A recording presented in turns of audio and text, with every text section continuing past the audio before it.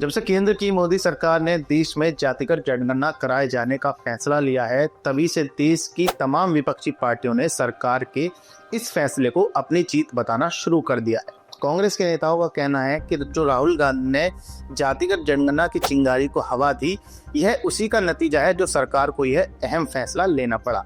वहीं एक और यूपी की समाजवादी पार्टी है, जिसके नेता पोस्टरों में यह लिख रहे हैं कि झुकती है दुनिया, झुकाने वाला चाहिए।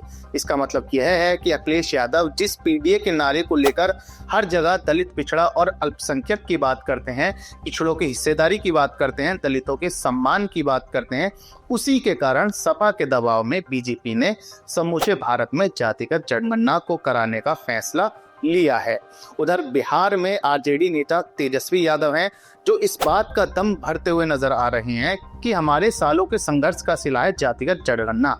तेजस्वी यादव का यह भी कहना है कि उनके पिता लालू यादव ने हमेशा कास्ट सेंसस की मांग की और आज उनका और उन जैसे लाखों लोगों का सपना पूरा होता हुआ दिखाई देता है। यानी मुंडे मुंडे मतर भिन्ना, अर्थात जितने मुंह उतने बात। लेकिन जहां एक और हर पार्टी अब जातिगत जनगणना पर क्रेडिट लेने में लगी है, वहीं दूसरी ओर बसपा चीफ मायावती ने आज इन तमाम क्रेडिट लेने वाली पार्टियों को जमकर लताड़ लगाई है।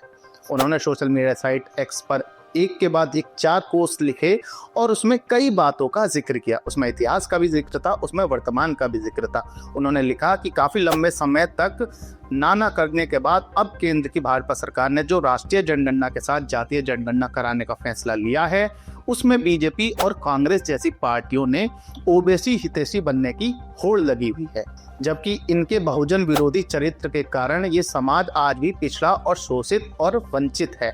मायावती ने साथ ही यह भी लिखा कि अगर कांग्रेस और भाजपा की नियत व नीति बहुजन समाज के प्रति पाक साफ होती तो ओबीसी समाज आज देश के विकास में उचित भागीदार बन गया होता। मायावती ने कहा कि बीएसपी के अनवरत संघर्ष के कारण ही ओबीसी समाज आज काफी हद तक जागरूक है और सजग है और आज दलितों की तरह ओबीसी वोट के लिए लालायित इन पार्टियों में इनका हितैषी देखने का स्वार्थ व मजबूरी है।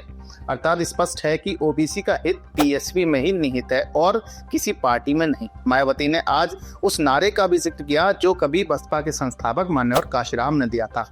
उन्होंने यह भी कहा कि आज भी वोट हमारा, राज तुम्हारा, नहीं चलेगा, नहीं चलेगा। दरअसल मायावती के अगर इन चारों पोस्टरों को गौर से देखें तो पता चलता है चाहे कांग्रेस हो या बीजेपी, दोनों ही पार्टियों ने दशकों तक जातिगत जनगणना का विरोध किया, लेकिन अब इन्हें लगा कि कास्ट सेंसस का अगर अब तक विरोध करेंगे तो इनकी राजनीति को खतरा हो सकता है। अगर हम इतिहास की बात करें तो इतिहास में कई बार जातिगत जनगणना की मांग हुई।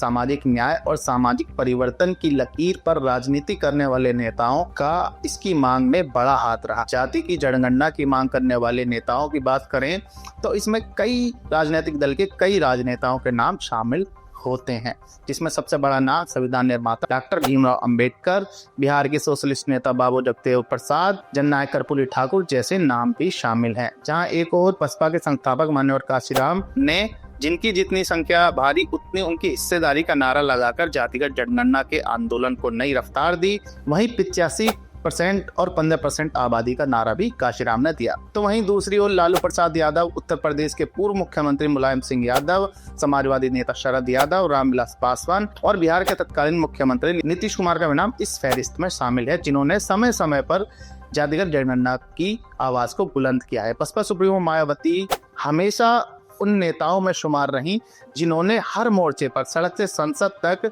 जातिगत जनगणना की मांग को उठाया। जातिगत जनगणना पर आपकी क्या राय है, हमें कमेंट करके बताएं और इस तरह की तमाम खबरों को देखने के लिए जरूर सब्सक्राइब करें भारत लोग को।